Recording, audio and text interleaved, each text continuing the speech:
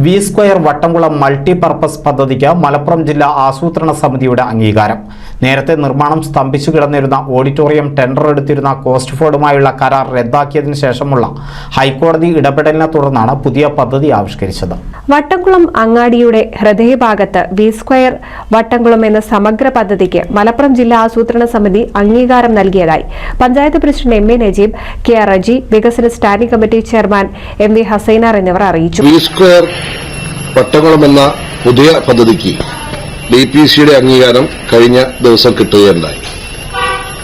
മുൻകാലങ്ങളിൽ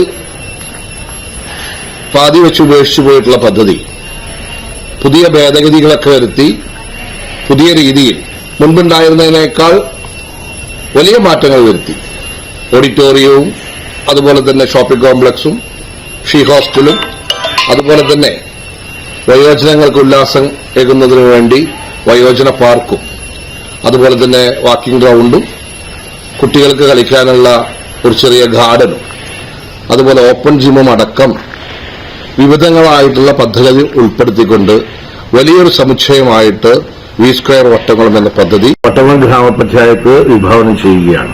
ചർച്ചയിൽ president, secretary incharge, standing committee chairman എന്നിവർക്ക് പുറമെ പ്ലാൻകർക്ക് CV Najida Gafoor, technical assistant Vipin എന്നിവരും പങ്കെടുത്തു. NCV news Edappal.